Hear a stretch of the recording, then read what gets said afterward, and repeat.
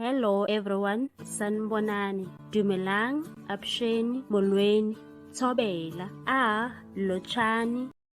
The Senzo Meyiwa case continued today, and Advocate Mshololo is doing a really great job. Let's talk about the level of incompetency in the South African police services. Advocate Mshololo was questioning Mosie, and that advocate has exposed a lot of things. One was the qualifications that Mosie have, and Mosie has told the court that he did RPL, which is recognition prior to learning at UNISA, and it only took him 6 months, and then he enrolled for BTEC at the University of South Africa. He didn't go the normal way whereby you have to have a diploma before studying for a BTEC. But that qualification he had after Senzo Meyiwa was shot, and then he went there in the crime scene not having any qualification, and that means he didn't have a forensic qualification. In my understanding, he only did in-house trainings at the SAPS. It's actually the certificate you acquire when you have attended a training or a workshop at work, but it can be only 1 day, 3 days or 5 days duration.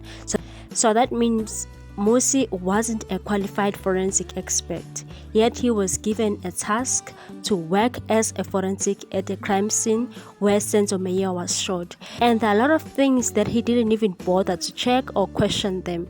Again, from what I know, BTEC can only be 1 year if it's full-time or 2 years if it's part-time. I'm really confused what the guy is saying. He also contradicted himself about what he really remembered or saw in the crime scene.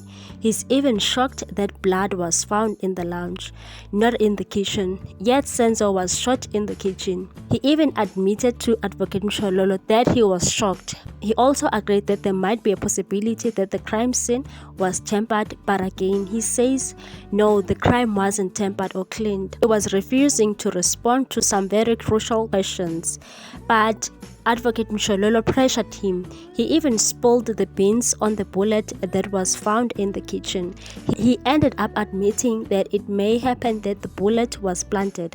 And the look he was giving to Advocate Mshololo, he was practically saying, I don't wanna be here. What are your thoughts on this particular case, people? Please leave a comment down below. Thanks for watching. Please subscribe for more news.